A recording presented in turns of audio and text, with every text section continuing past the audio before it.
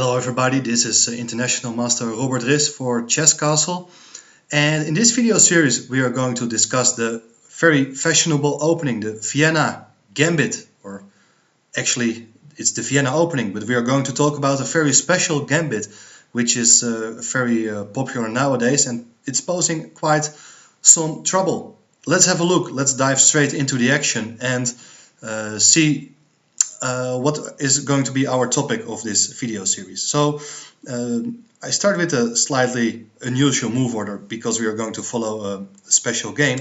But basically we start with the Queen's Gambit declined, Knight c3, and of course this can go still in either way, semi-Slav, classical Queen's Gambit declined, anything, it's still possible here. But after d takes c4 we get the Vienna. Principled continuation is to play e4, and black follows up with the move bishop to b4. Interesting move because white is occupying the center and black is trying to challenge it, and well, main lines have been always considered to be bishop g5. There's a mass of theory there which I would like to avoid by playing the move bishop takes c4. For many years this was considered to be let's say a harmless continuation because black is able to capture the pawn on e4, central pawn, thanks to the pin on the king with the knight. So this is a very challenging continuation. I will tell you more about it in the upcoming videos. But let me point out that black is actually practically forced to take. If you're not going to take on e4, you basically give up the center for free development. Of course, you probably would be surprised as there are not many games played with that. There's no theory that much. But in any case, it gives free play. So common sense should prevail, and it gives white great opportunities building up an attack.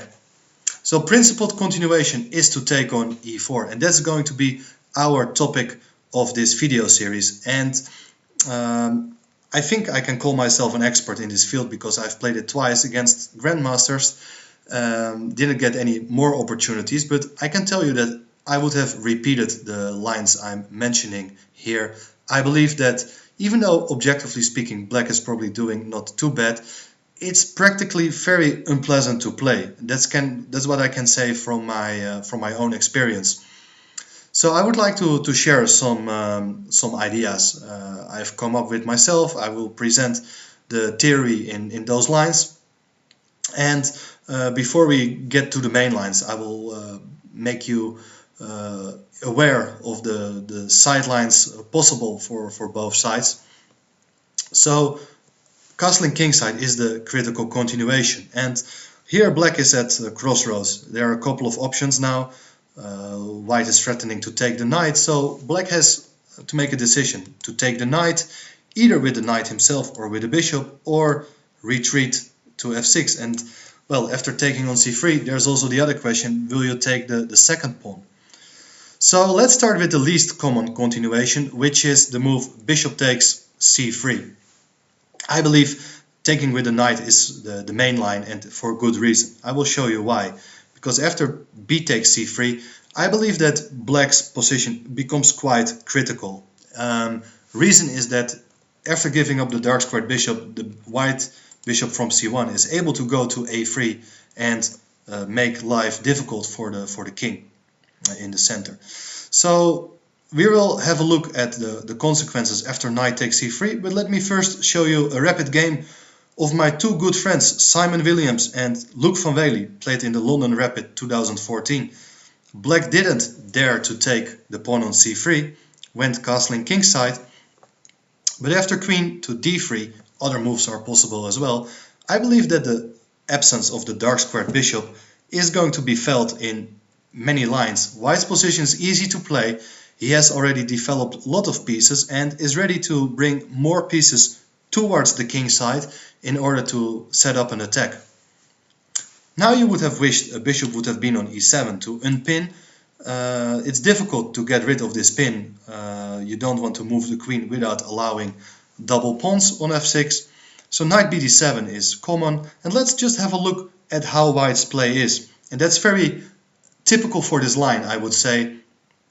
There are not too many forcing lines, but white has a space advantage, lead in development, and black is actually struggling to find adequate counterplay.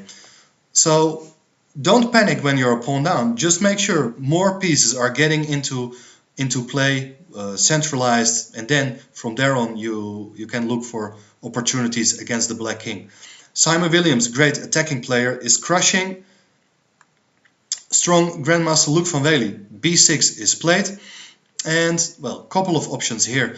Knight e5 was played by Simon Williams, but perhaps queen e3 is even stronger. For example, if you would go c5, then I would like to play knight to e5, and things are a little bit unpleasant, or very unpleasant. I can imagine that sacrifices like knight takes f7 are possible.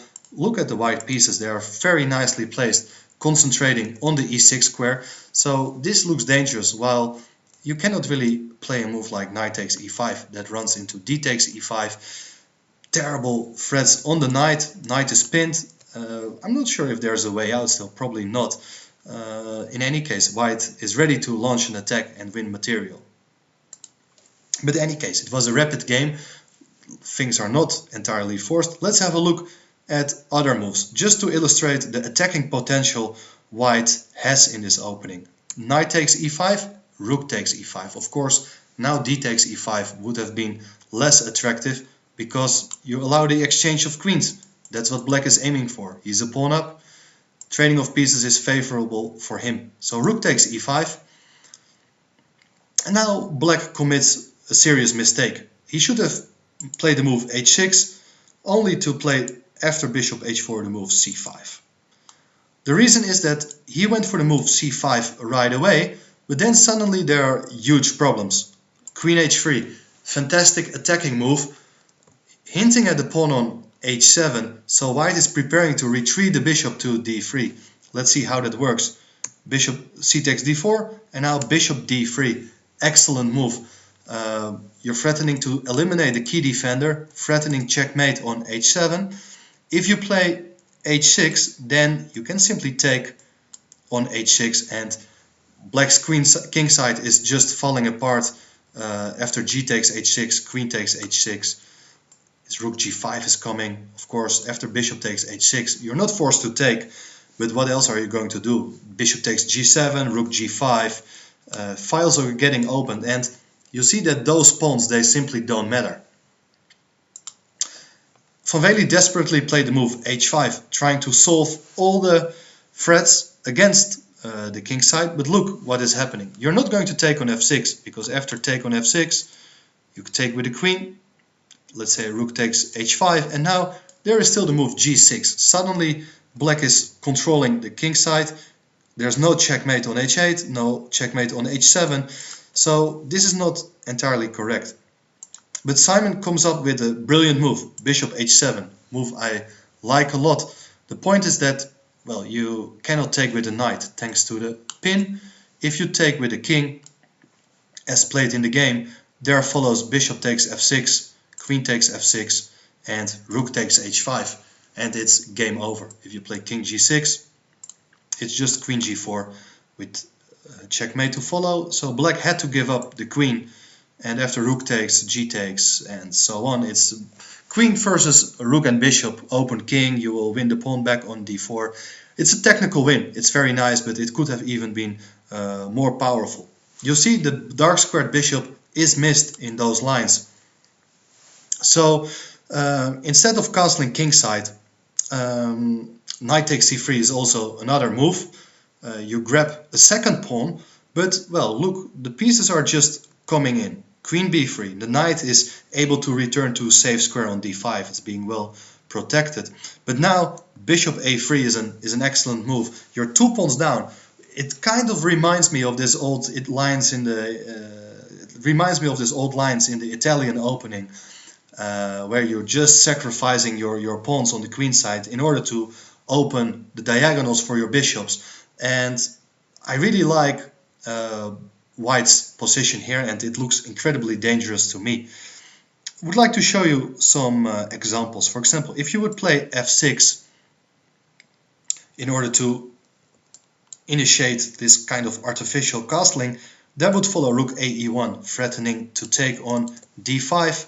Let's say black stabilizes the knight on d5, but it's the only good piece. The other pieces there are all stuck on the back rank.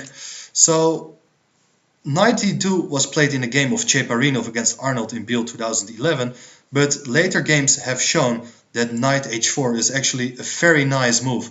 Knight h4, great move. Look, if you go king f7, bang, there's knight f5. Great idea.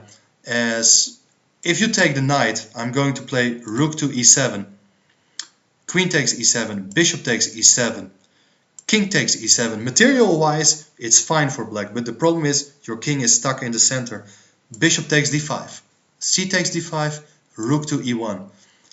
Game is not over yet, but look, if you go king d8, it's queen takes d5, knight d7, and the game continues. Queen to f7, threatening queen e7, king goes to c7, rook c1, etc. There is no coordination. The queen is so much stronger than the rook and the two minor pieces, so that it's actually game over.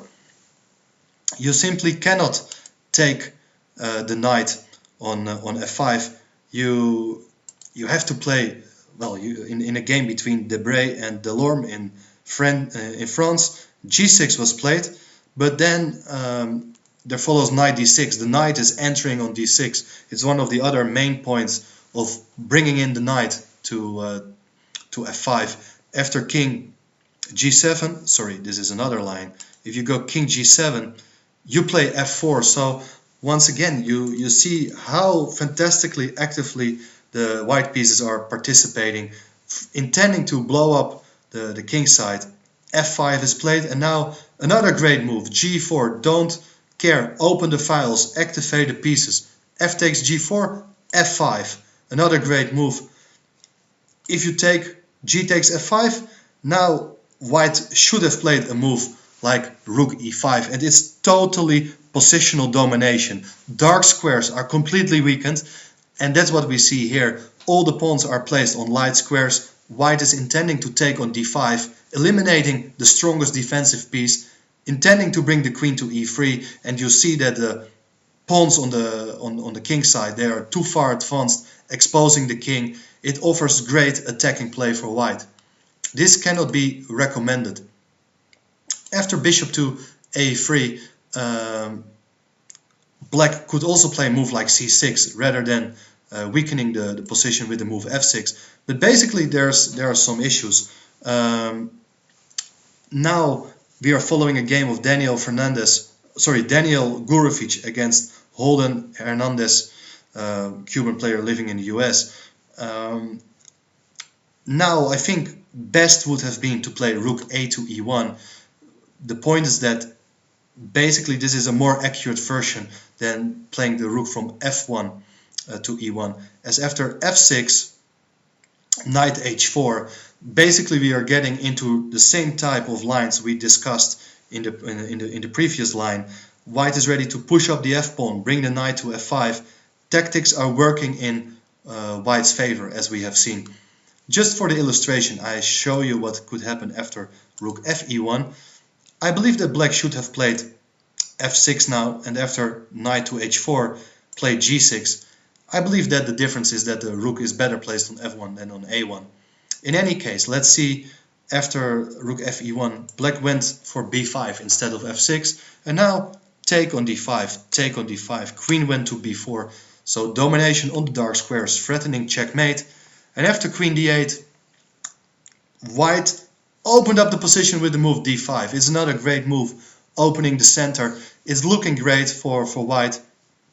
After c takes d5, I mean, you cannot take with the queen for obvious reasons.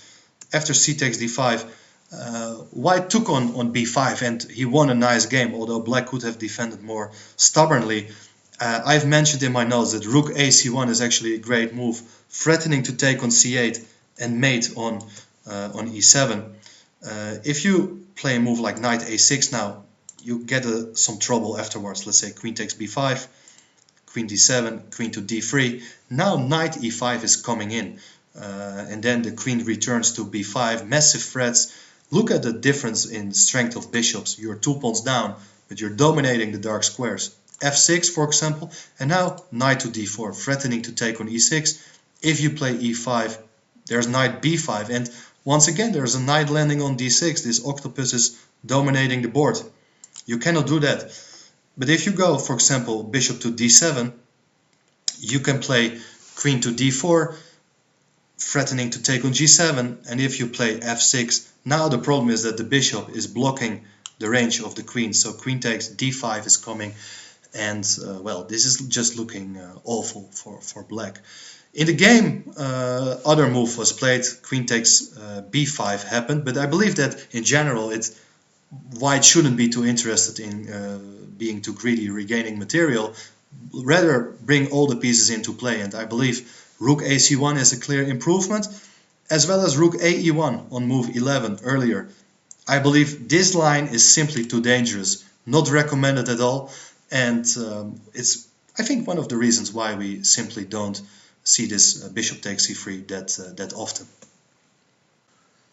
So we are back. We are continuing our series on the Vienna with a critical position after move 7.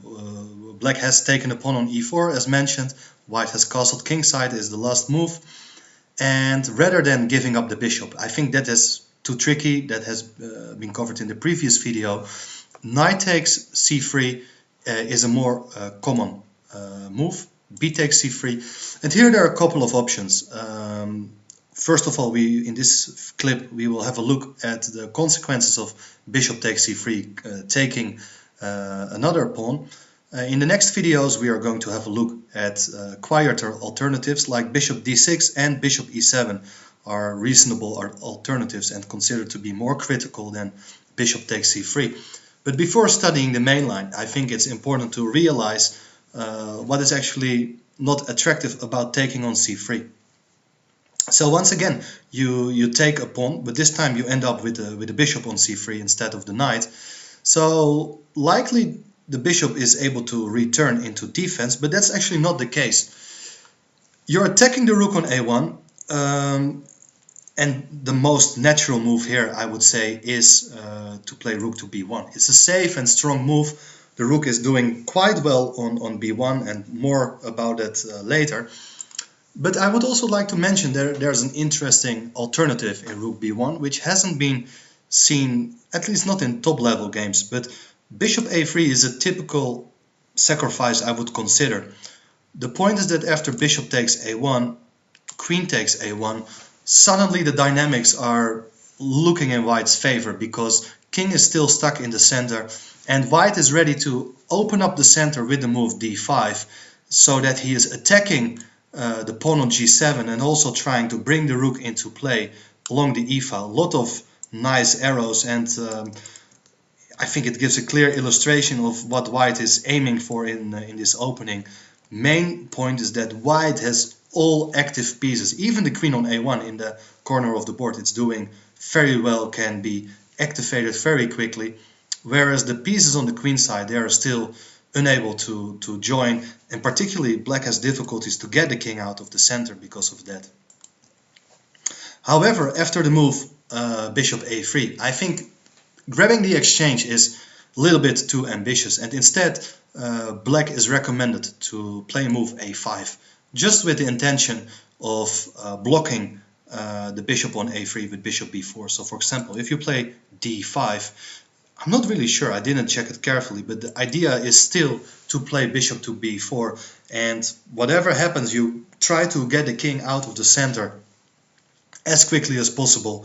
Well, matters are still very complicated, and I'm not offering a clear path to equality for black here. I mean, I would be incredibly nervous with black facing this initiative, but still I think this is what should be done against bishop a3. So instead of bishop a3, I think the most natural move is to play rook b1. You're kind of satisfied being 2 pawns down, it's not a big deal. You activate the rook, you put pressure on the b file, even though you're not really able to enter on b7, but you never know what is going to happen. More likely, you're going to bring your rook to the third rank, to b3, attacking the bishop, and then you can see by the absence of the pawns on the queen side on b2 and c2, the rook is very quickly able to join the attack on the king side. Let me show you some typical ideas here. For example, one of the first moves you would consider here with black is try to get out of the center with castling kingside. Castling kingside looks like you're safe with your king, but you're not. The reason is clear. There are no good pieces helping the king. Let's look at how white initiates an attack by gaining time attacking the opponent's pieces, creating new threats. Typical stuff. Queen d3, attacking bishop. Bishop is forced to retreat, and now you get in the move knight to g5, threatening checkmate on h7. Only move. I mean, you can play f5, but it looks incredibly ugly, weakening the pawn on e6. You play the move g6, and now the line continues. You play queen h3, not a rook lift, but a queen lift on the third rank, renewing the threat on h7. So you go h5, and now you don't hesitate. You open the files. You're threatening to take on h5 and take on g6. You want to get in with your queen. I think the critical move is to play e5, but that is not without any risk.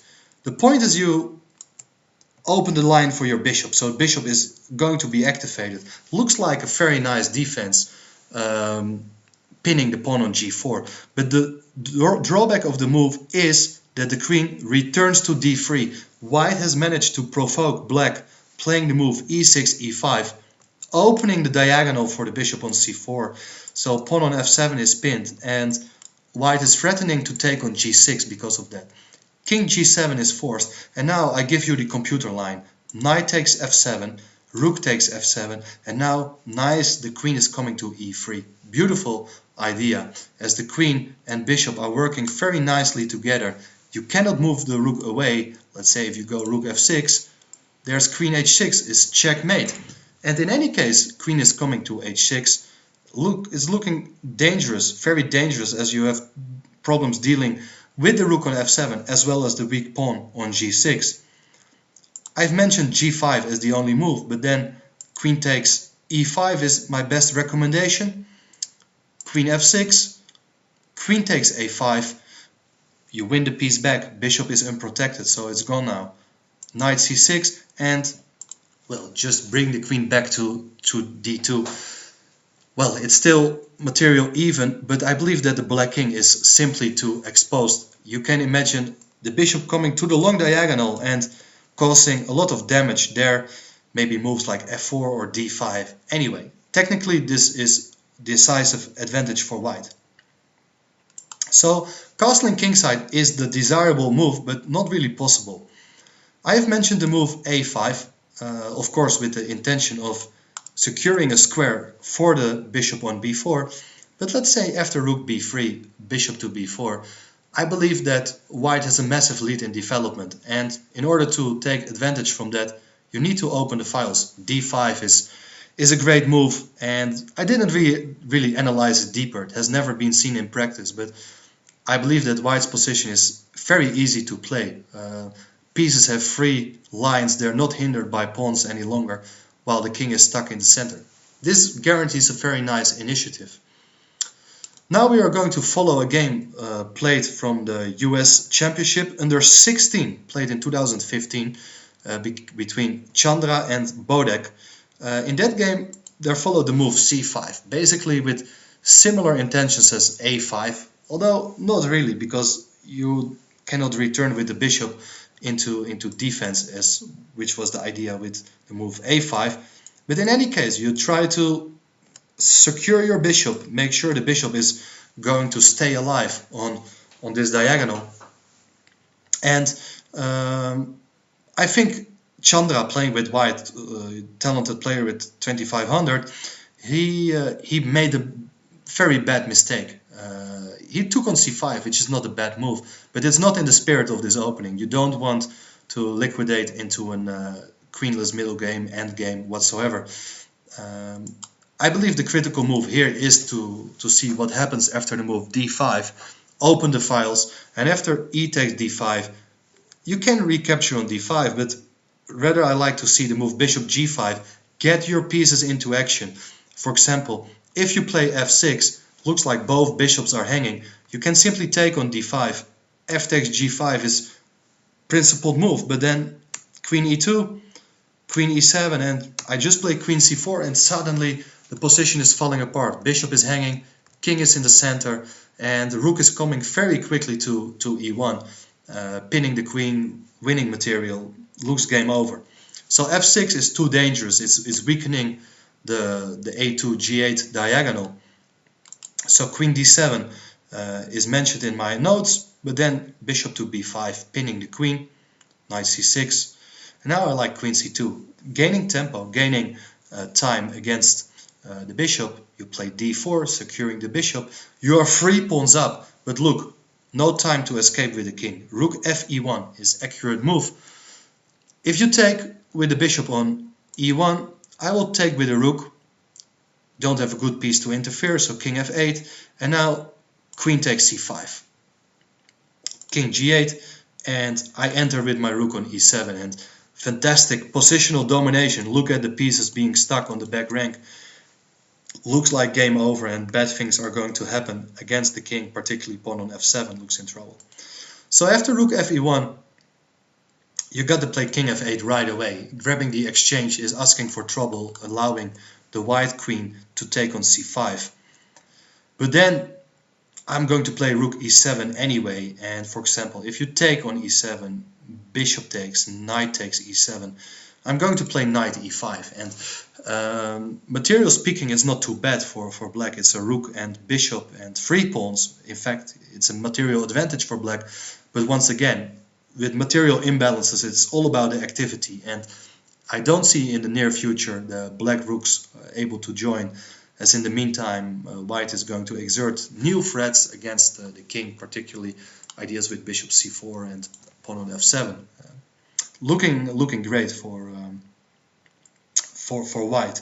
So let's see, after rook to e7, I believe the critical continuation is to play queen d6, but it's not every day you would like to allow a rook in your camp, rook on e7. The line continues, let's say bishop takes c6. If you take with the queen, then you have a trouble, some issue with rook takes f7, or even prepared with knight e5. So you've got to take with the b pawn, and now the queen is coming to e4. You're threatening checkmate on e8.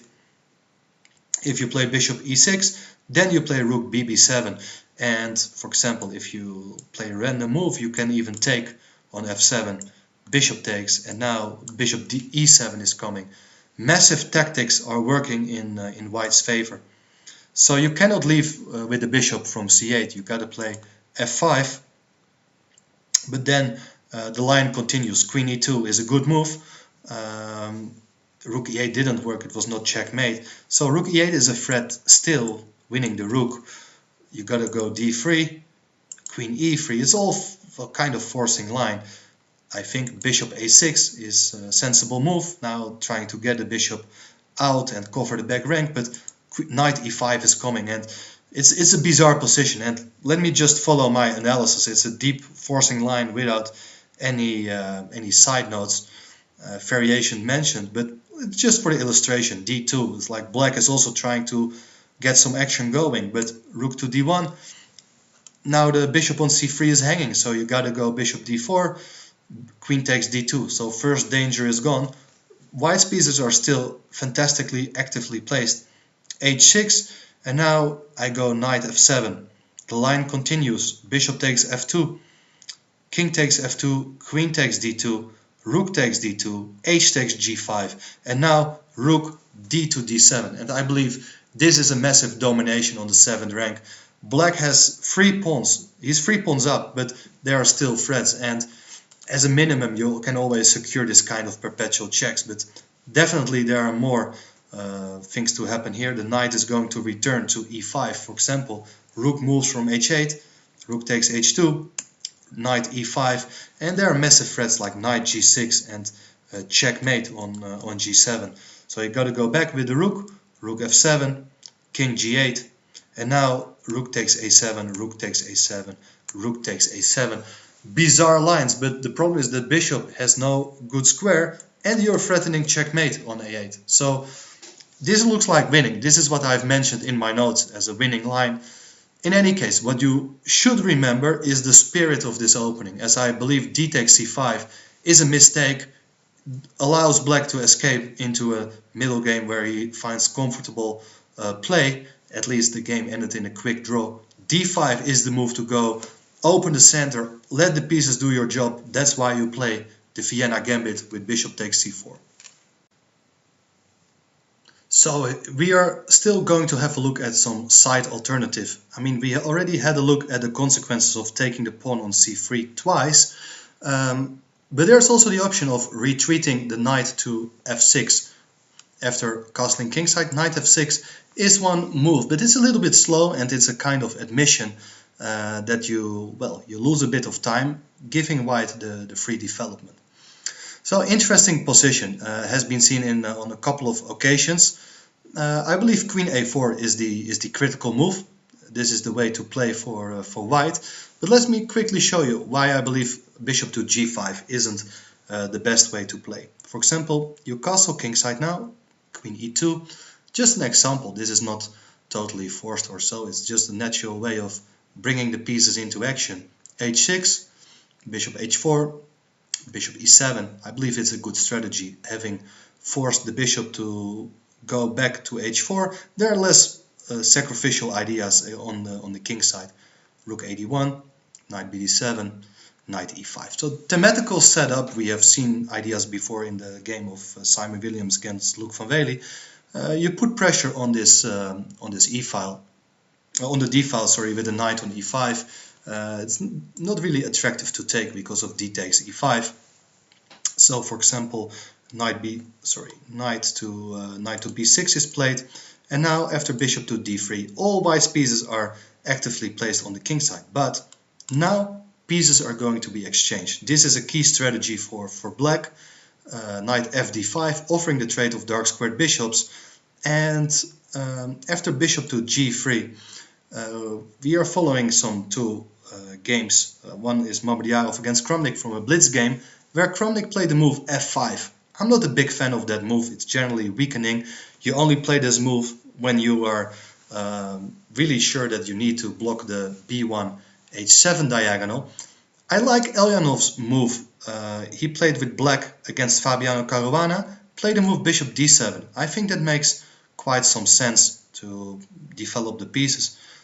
Caruana didn't have a convenient way of increasing the pressure. He tried with knight to e4, but then bishop a4 was a good disturbing move. After move like b3, you would retreat the bishop to e8, and it's a good square. You are able to play a move like f6 or f5. F5 is actually a main threat because you have succeeded in weakening the c3 square. So imagine you are chasing the knight away from e4. There's a hole on c3. In any case, Fabiano played rook c1, but after knight d7, b3, pieces were swapped. Knight takes e5, d takes e5, bishop c6. Still very complex position, but as I don't see an immediate way of strengthening the attack, I don't think that white's strategy can be called a success. I think black as a pawn up can move the queen, connect the rooks. At some point you can even consider playing f5, but at the moment there are no threats, so I would prefer to be black here. In any case, the main continuation is the move queen to a4. It's a check, attacking the bishop, so you gotta go knight to c6. I believe that bishop g5 is a critical move. If you go knight to e5, looks like unpleasant as you're attacking knight on c6 and bishop on b4 indirectly, but I couldn't really come up with an advantage for white after rook b8. Let's say knight takes c6, b takes c6. Rook is protecting bishop, interesting move. After queen takes c6, queen to d7. Well, there's not much going on here. Even though white won the game in Halkias against Fressinet, I don't think this is causing any serious problems. Should be mentioned that instead of rook b8, the move a5 has also been seen in 2 games of Georg Meyer, also an expert on the Vienna. So perhaps this is all reasonably okay for black. In any case, I believe bishop g5 is critical continuation, maintaining the tension. Knight e5 could come anyway. And bishop g5 is just a good move, intending to connect the rooks, centralize the rooks. So, for example, if you take on c3, I believe this is just strengthening the position. And after castling kingside, you can just follow up with a move like rook a e1. Maybe rook a d1 is also good, as played in a game of Stojic against Nabati. But rook a e1, generally I quite like white's prospects in this type of structures. I think the pawn on c3 is just strengthening the pawn on d4, so no pressure against the center. You have the bishop pair, you have more activity, space advantage. Looks like white is able to build up an attack without facing any particular problems. Instead of bishop takes c3, bishop e7 was seen in the game Aronian against Viswanathan from the Grand Slam final in 2011. It was a quick victory for white, so let's have a look what was happening there. Bishop takes f6, bishop takes f6, and now white opens the position with the move d5. Great move. Point is that after e takes d5, you're going to play rook e1 as an intermediate check. Knight takes d5 doesn't lead anywhere, was played in the game between two Armenian players, but let me quickly give you the moves. Doesn't seem to pose any particular problems. Take, take, take on f7, take here, queen takes g4, and well, game ended in a draw at some point. You can take on a2, game continued like this, everything was swapped, knight g5, queen b3, pretty much a computeresque line, and players agreed to a draw. In any case, this game was played after the Aronian game, so I don't see any reason to deviate from rook fe1. I think that's the best move. Bishop e6, and now interestingly, Aronian took on d5, won a very nice attacking game. Going to have a quick look after that. But another interesting option is the remarkable resource bishop a6. You didn't see that one coming, I'm pretty sure, unless you're familiar with the theory. Bishop a6, great move, putting pressure on b7 and take advantage of this knight on c6, which is vulnerable. But after b takes a6, queen takes c6, we get a position like king f8, rook ad1. At the moment you're 2 pawns down, but I believe that you're ending up in a better endgame. For example, rook b8, knight takes d5, queen d6. Knight takes c7 is a very unpleasant move. If you look at the piece activity, you can hardly claim that black has the advantage of the two bishops. You need to play queen d6, and now take, take, knight f6, take, and I've mentioned b3, king e7, and knight d4. Still interesting stuff going on, but I think white is just better after a move like knight f5 coming up, d6 is hanging, knight c6 is coming. So structurally white is better. Bishop a6 is a nice move, but let's have a look at the dynamical move. Bishop takes d5, castling kingside, bishop takes e6, f takes e6, and now I believe that rook takes e6 is a little bit more accurate than the move rook ad1 as played by Aronian. After queen to d7, you can just retreat the rook to e3. Other rook is coming. You're just somewhat more active here, more control over the position. There are always ideas with queen c4 or queen b3, maybe winning pawn on b7, rook a1. I would definitely prefer to be white here, as also after you eliminate this active knight on c3 in some cases, I see some knight jumping into the attack. Not really comfortable playing with black here. Rook ad1 was played, and now Anand should have gone for queen e7. Most obvious move.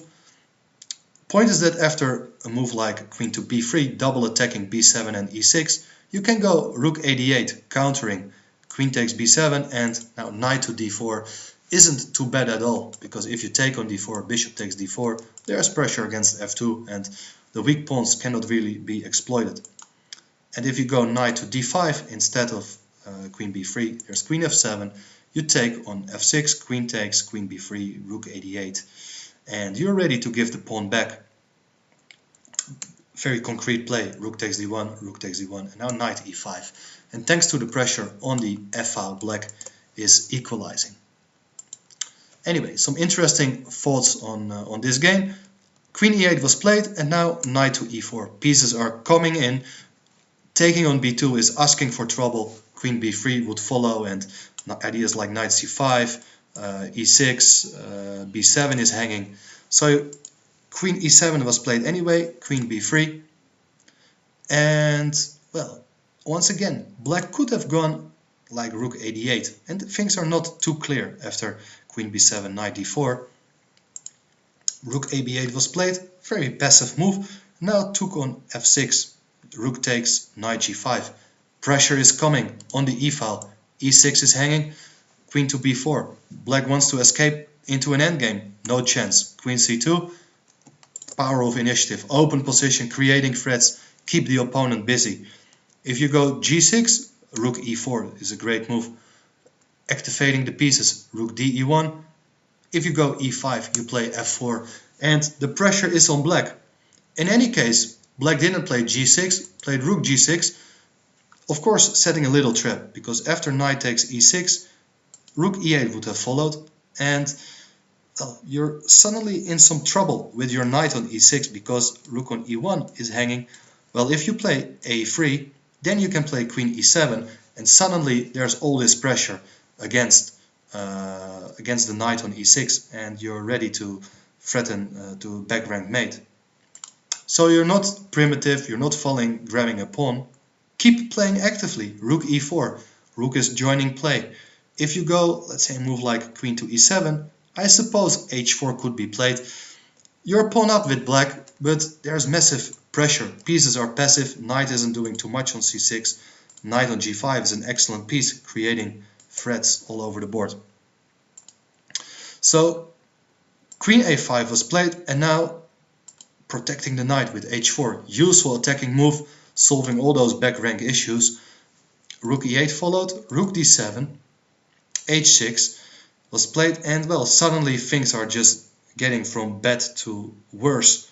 For example, if you would have played a move like rook e7, I didn't mention it in my notes initially, but I think there's this beautiful resource of capturing on c6. Looks incredibly strong to me, as you cannot take on c6 because of rook d8.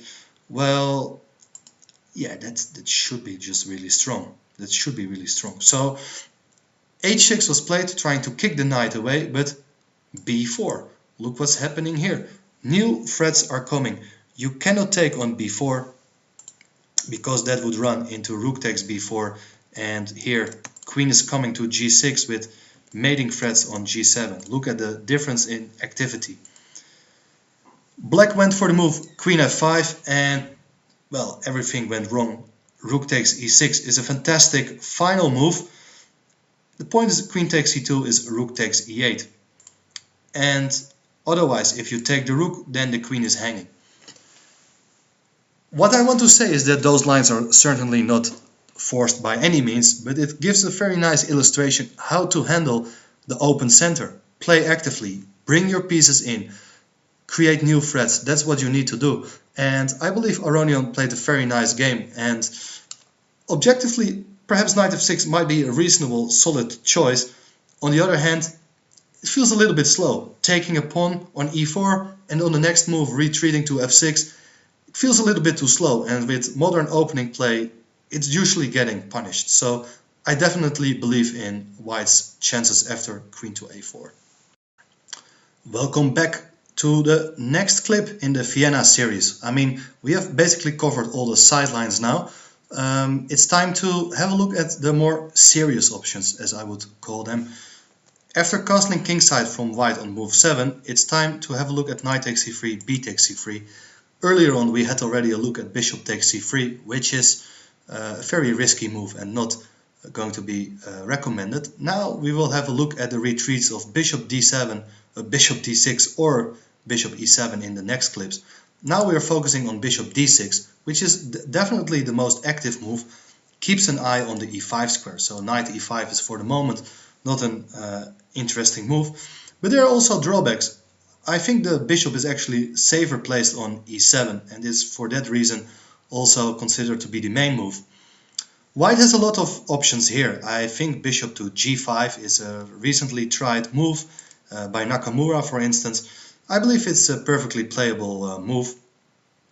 But generally, play is not entirely forced yet. You're a pawn down, but you have a space advantage, open position, lead in development. So other moves like queen e2, bishop d3, rook e1, they all come into consideration.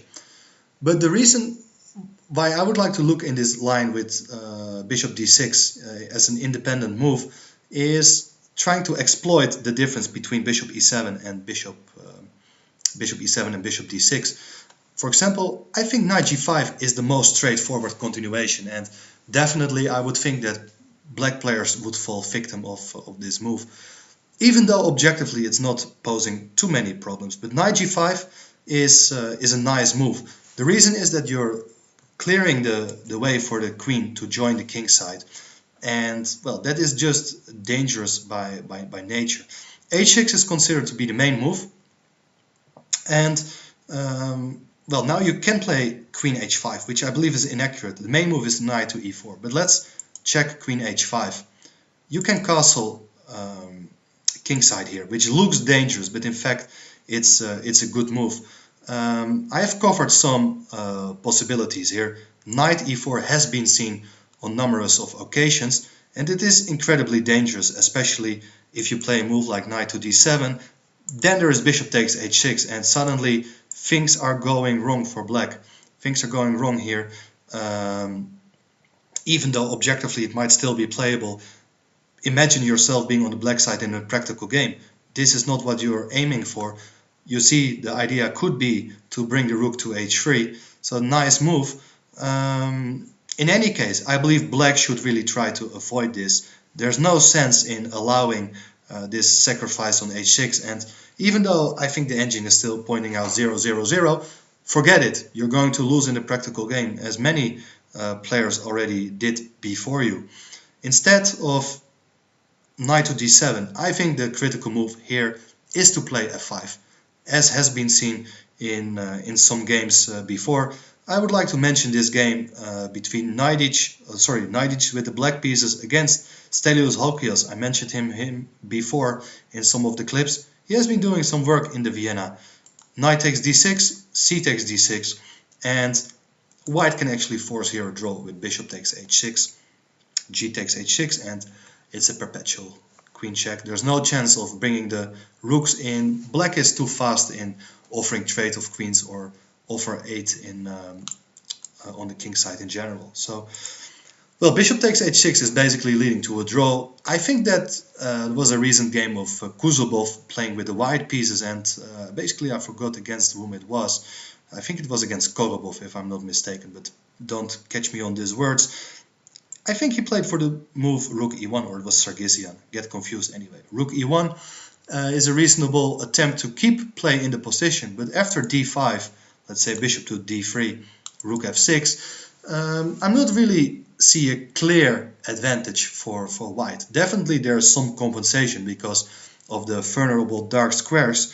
There is some play. Kuzubov went on to lose this game. He's not worse here, but black is very solid, and if you're not really seizing the momentum, then potentially you could just be a pawn down in the long run. So I think this is looking playable, and for that reason, to make a long story short, I actually think that queen h5 castling kingside is a little bit inaccurate.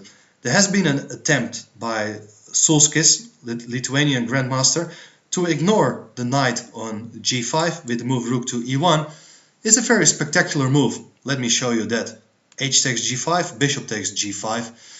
Now you gotta be careful because, for example, if you play a move like queen to e8, then there's bishop f6. Beautiful blockading move, not allowing the pawn, f-pawn to advance. Rook is coming on the third rank and is going to be checkmate, or even queen g5 is even faster if you not capture the bishop. So you gotta play bishop e7 is like only move.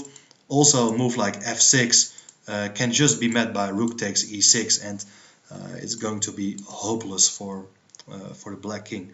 So you gotta play bishop e7. And now bishop d3 was played, f5, bishop takes e7, queen takes e7, bishop takes f5. Looks incredibly dangerous, but black can return the material. Queen takes f5. I think it's a complex situation in Solskis against Lupulescu.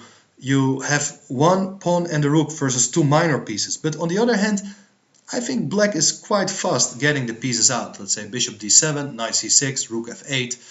The attack is over. You have sacrificed all your attacking pieces. So I'm not convinced about this at all, although it's still unclear. I think critical move is to bring the knight immediately to e4. That makes sense. You don't have to worry about taking on h2, because after taking on h2 you can win the piece back on e4. You are 2 pawns up, but the problem is bishop a3 is coming, and once again you're keeping the king in the center, looking very dangerous. So instead of bishop takes h2, castling kingside has been seen. Now after a move like queen h5 we likely will get a transposition to earlier lines. So rather not to bring the queen too early to that square. Other moves have been tried here as well. For example, queen f3 is an interesting move. If you go knight d7, I think it's time to take on d6, and now queen g3 with a double attack on h6 and d6. So knight d7 is inaccurate, but you want to complete development. Let's say knight c6 is a sensible move. Now taking on d6 is less accurate. For example, knight takes d6, c takes d6, queen to g3 is attacking d6 and h6 again, but you just give up the d6 pawn. Queen f6, queen takes d6, rook d8, and after queen g3, black played e5 in Sargsyan against Kaihulin. Looked perfectly fine for black, even the position gets opened. Should normally favor the bishops, but black is very solid and can neutralize the bishop very soon. Let's show one interesting example of Cheparinov with the white pieces, one of the experts on this line with bishop takes c4. It's basically Topalov who popularized this line, and Cheparinov had a great influence on that success, I think. Rook e1 is a good move in order to strengthen. You're anticipating moves like f5 and ready to take on d6 if needed. Put pressure against the pawn on e6. Any case, knight to e7 is main move here, and let's focus on how Cheparinov played it. Rook to b1, just keeping the pressure. Knight f5 was played, knight takes d6, c takes d6, bishop to d3.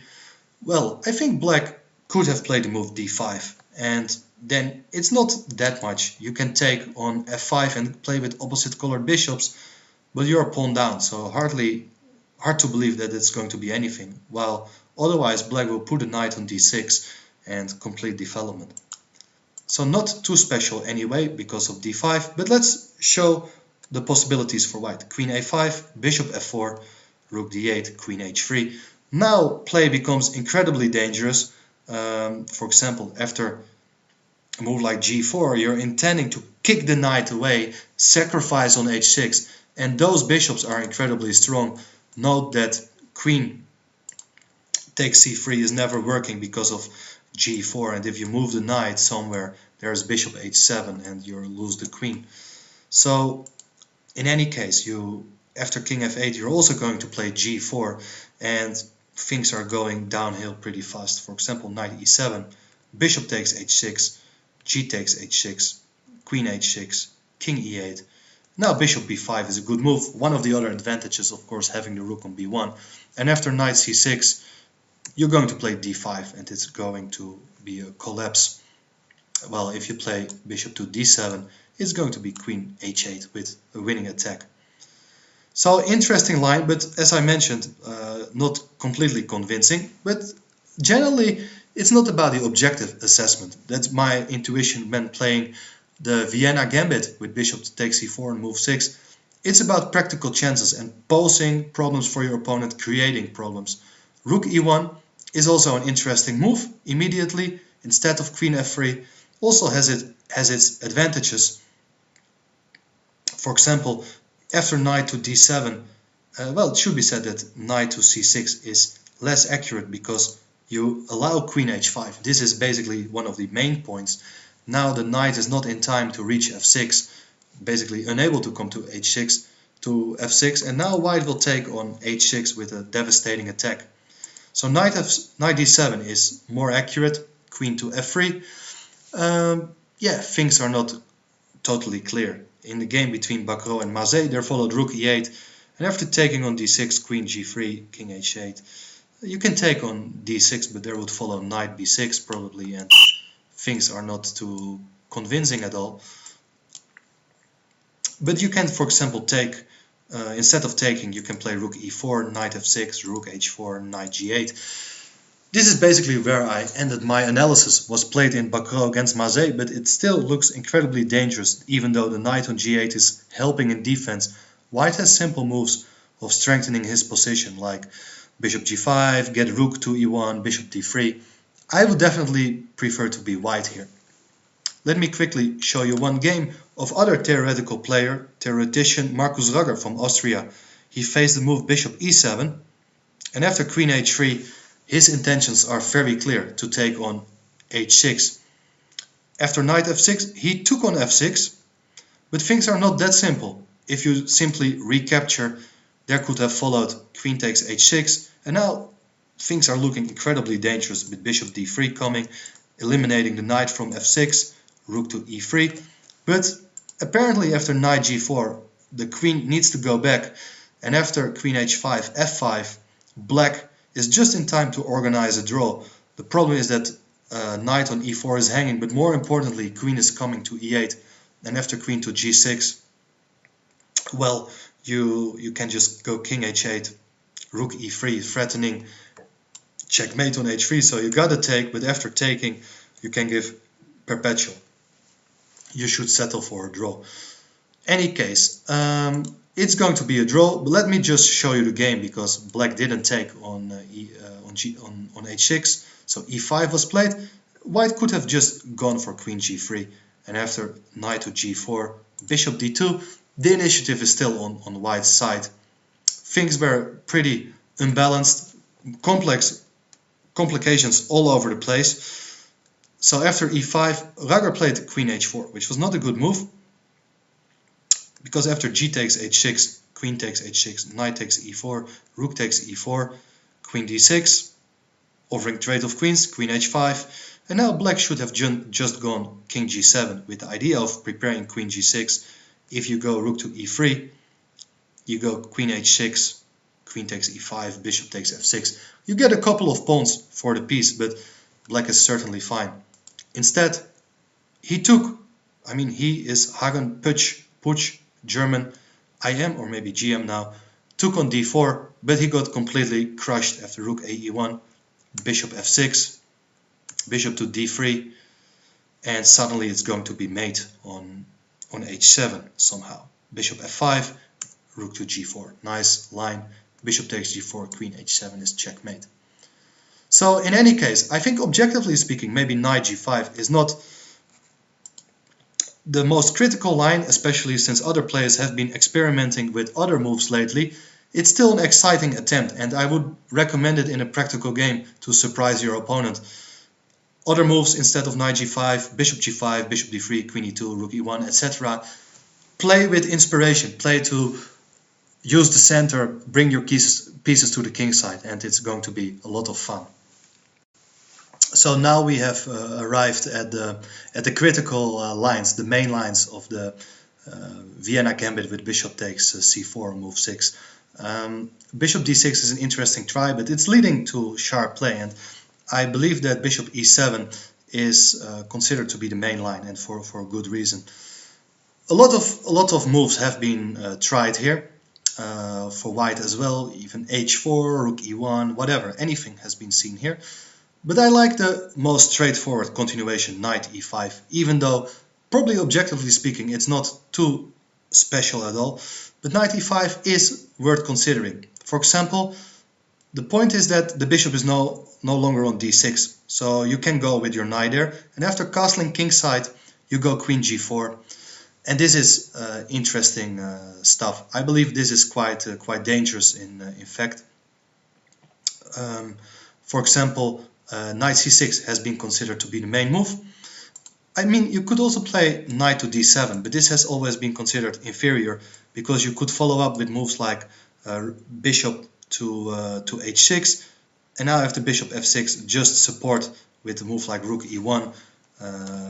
Rook ad1 is coming soon. There is pressure against the black king side, and knight c6 is a better move. You're trying to challenge the knight on e5. It's a key move for black. You're challenging the knight. You're not fearing white to take on c6 because that would actually trade off an important attacking piece, while you could use the b file in some cases. So here there are two options. I think in my first game I played the move bishop h6, which is going to be discussed in this video. But I think that rook e1 is the main move, and I will try to explain why. After bishop h6, black of course needs to deal with the mating threat, so bishop to f6.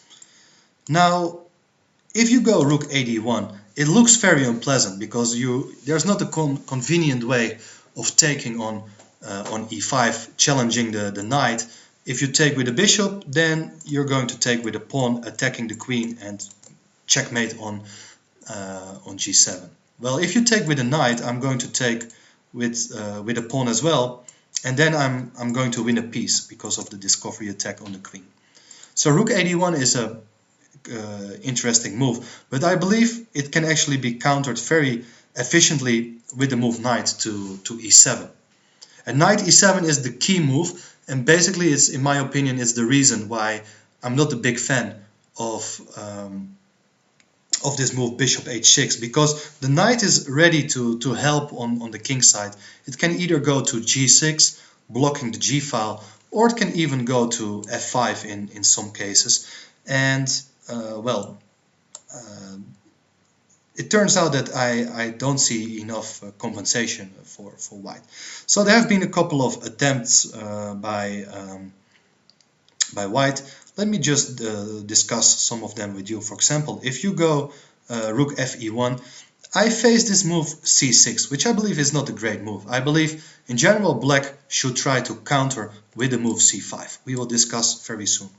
I played rook d3 in a game again in the Dutch league in 2012 against Felix Levin, and after knight to f5, there would follow bishop to c1, g6. I could have played rook h3 here, and apparently there is still some pressure on the king side, but it's not too convincing. In fact, after g6, we went for a repetition of moves. I didn't see how to break through. I was actually kind of bothered with his knight on f5, considering it to be a very good defender. Of course, there is still compensation, and I could have played on, but I didn't see really how to make any progress. So we settled for a draw somehow. In any case, I believe a more accurate way of playing is the move c5. Challenging the knight on e5 is one of the key concepts in this line. And let me show you one interesting idea played by Nisipiano in European Championship with the black pieces. He went for the move b5. Very nice counter. He doesn't care about this pawn, but after bishop takes b5, he took on d4, and now suddenly tactics are going to work in black's favor, because, well, there are a lot of things hanging here. For example, if you take on d4, it seems to me that you can actually take on e5, or maybe play knight g6, knight f5 is possible, bishop b7. I don't see how you can make any progress here. Rook h3 was played by Georgian Grandmaster Sunny Kiese against Nisipiano, but after knight f5, bishop to d3, d takes c3, just snatching all those pawns, you're not going to break through because g7 is so well covered.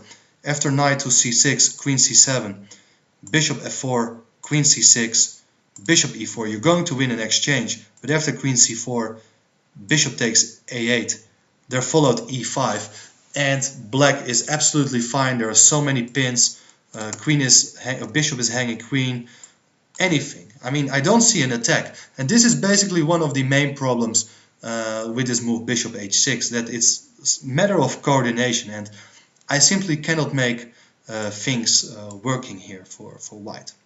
So it's a key idea, and let's go back to the position after bishop to f6.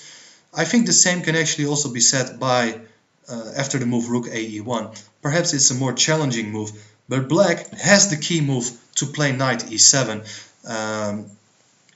and consolidate the king side. I don't see what to do with white. For example, if you become too ambitious, you play move like f4, things could go wrong completely fast here. Black goes c5, and there's one game between Baramitse and Gustafsson. Gustafsson also an expert on this line, of course. After knight to f5, bishop to g5, c takes d4.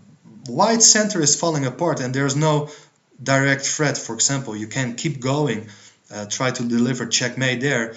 But after h6, well, everything is covered once again. And after h6, bishop takes, queen takes f6 is just not anything special. So the bishop is misplaced on h6. Bacro, in his game against Robin van Kampen, my countryman and teammate, Bacro played move bishop to c1. And after c5, he redirected his bishop to a3 in order to put pressure on this diagonal. But black is actually very comfortable after b6. White tried queen to f3. Things looking a little bit scary, but in fact it's not really the case. If black had played the move queen c7 followed by bishop b7 is actually offering black very comfortable play. Point is that you cannot really take on a8. You can, but after bishop b7 you gotta take on a7, take rook a8, take. It's two rooks versus a queen, but once again I believe that the coordination of the black pieces is actually quite fine, and I would prefer to be black here. You gotta be careful not losing any piece on c4, take on d4, etc. Things are very comfortable for black. Well, if you don't take on a8, you can go knight g4, but let's say I move the bishop, and basically we get a similar scenario. Queen takes a8, bishop b7, everything, you win the piece back, the material back. So it's all fine here, and yeah, I believe that white's opening intentions have not proved working out well here, because it's also counter opening the Vienna. It's very concrete, and key moves have to be remembered for black is knight e7, and on the next move you would like to challenge the center with c5. Pawn on d4 needs to be challenged in order to challenge the knight. So I don't see anything special here, and it's not a surprise that lately we haven't seen any updates in this particular line. So in this final part of the series on the Vienna, we're going to have a look at the game I played myself in the Dubai Open 2016 against a strong grandmaster Yuri Kuzubov. I got once completely crushed against him, but I was out on revenge, and I was happy to see he was choosing the Vienna line we are discussing in the video, and we got this main line position, which I had seen before, but up to that moment I didn't really study it very deeply. Only after the game I got some new ideas and worked out the notes myself. Let's have a look, because in the previous video we had a look at this game of Bacro against Van Kampen, where bishop h6 was played. It didn't lead anywhere, and I think rook e1 is considered to be main move. It's a very useful move. Now taking the knight on e5 is not really recommended, because you take with the pawn, and this pawn is actually quite strong, covering the f6 square, preventing the bishop going there, while at the same time white is having a very simple plan of playing bishop h6, rook d1, rook d3, etc. So after rook e1, main move is f5 actually. The point is that you gotta play queen f3, move the queen back, and of course you're intending to take on c6 now. But there is knight takes e5, rook takes e5, and well, the type of compensation has changed. I mean, you don't want to take with the pawn on e5, because now the attack has basically brought to a halt, and suddenly it's much easier for black to coordinate the defense on the king side. So you take with the pawn, sorry, you don't take with the pawn, but you take with the rook, and the rook is actually doing quite well on the e-file, especially since black has played the move f5. There is a backward pawn which is going to be challenged. Should be said that you cannot really play bishop d6 because of rook takes f5. You win a pawn thanks to the pin on the c4 h8, c4 g8 diagonal, and black is left with a weak pawn on e6. So main move here is king to h8, and there are a couple of options here. And during the game I was out of book. I had seen similar things before, but let me point out that things are a little bit complicated and very subtle, in fact. So let's have a look at some options. Let's try to understand what is going on. Black is willing to play the move bishop d6, play queen f6, bishop d7, and get the rook to e8. Something like that. If he managed to stabilize the situation, he is doing reasonably okay. First things first. If you take on e6, winning the pawn back, it's leading nowhere. For example, bishop d6 is a good move, and you cannot take on c8 because of bishop takes e5, bishop takes b7, rook b8, and if you go d takes e5, you simply take on b7, and the problem is you cannot take with the queen because of back rank mate on d1. After bishop to a3, there are still some other moves, but for example queen b8 is a very efficient move here. You cannot take the rook on f8 because of rook b1 with checkmate. So this is an exchange down. After bishop d6, you can go, for example, rook e2, but after that you take on e6, rook takes e6, queen d7. I don't see any advantage here. The pawn on f5 is not really weakness, the rooks are coordinated, materials even. Black is very comfortable here, equal position. So I will not take on e6 right away, but the question is how else to play. For example, let me see which options I do have.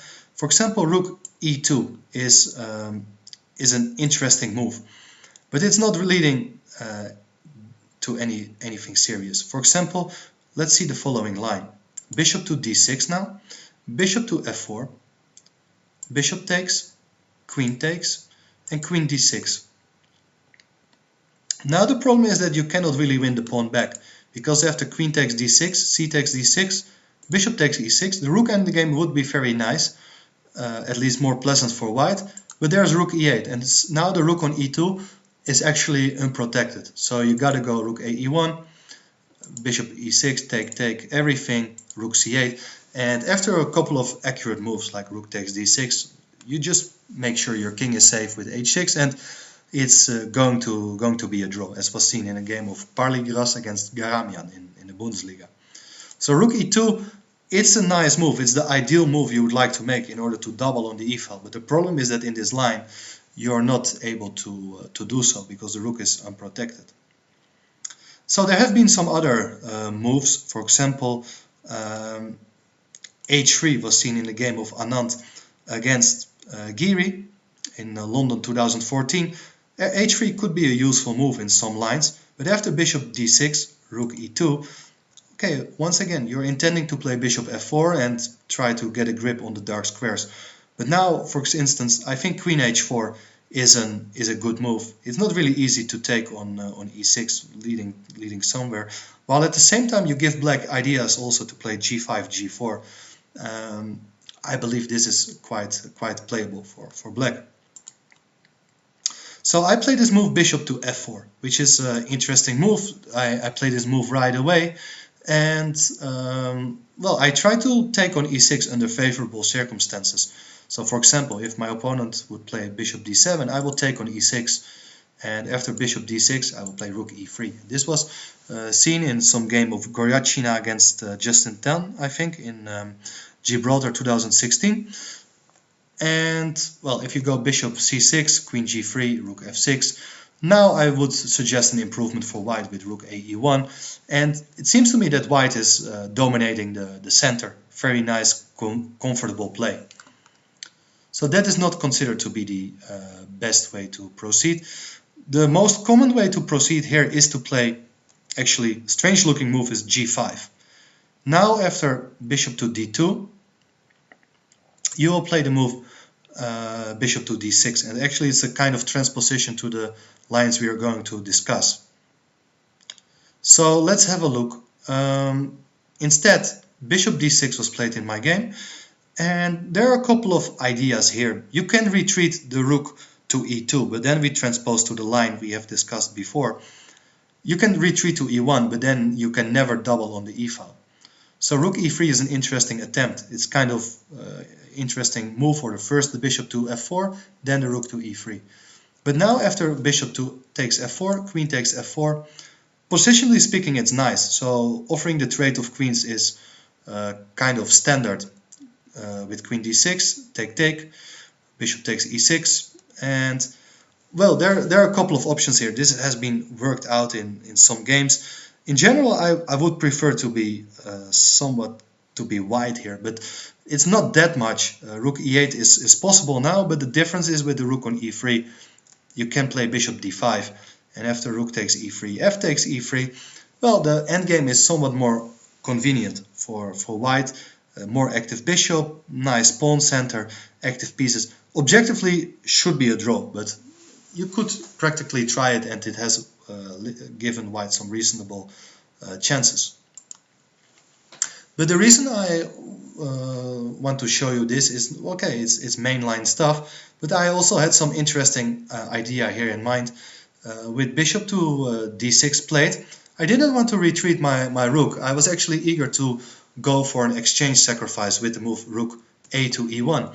And this is now where things are getting sharper, because what I'm hoping for, and that's what happened in the game, my opponent took on e5, and after bishop takes e5, we will see that I have fantastic compensation on the dark squares, and thanks to that I'm able to build up an attack. I think it's necessary for black to get in this move g5, and after bishop d2, bishop c1 is possible too, but bishop d2 more accurate, bishop takes e5, rook takes e5, and well, things are getting incredibly sharp here, and white is trying to gain control over the dark squares. In fact, I didn't remember the details here. I remember that similar things were tried by Topalov in some game against Lashnika, and let me show you that one. In that game, queen f6 was played, and now a typical move for white is to play h4. You want to get rid of this pawn on g5 so that you can bring back your bishop to f4. For example, that game went g takes h4 and now bishop f4. Very nice play, as now the rook is going to make some space on e5, vacating the square for bishop, and things are working out very nicely here. Queen h2, it's all little subtle maneuvering, but you need to control g2, and after, after queen h2, b5, you can simply go back with the bishop to f1, and now point is that after king h7 you're going to take, e5 was played, complete mess, but things are just completely over after something like this. White has a massive advantage thanks to the open king. It's difficult to memorize all those lines, but I remember having seen things like this with the move h4, and in fact it has been seen in some other games as well. Let me show you one other nice inspiring game by Sasi Kiran against Hossein in Abu Dhabi, played after my own game. There black played the move c6, not queen f6. There followed h4, and well, you can play g4, but it doesn't change too much. You can take on h4, and now after queen to h5, white is getting fantastic play on the dark squares. Bishop d7, bishop g5, queen e8, queen takes h4. Why would be the bishop worse than a rook on a8, which is out of play?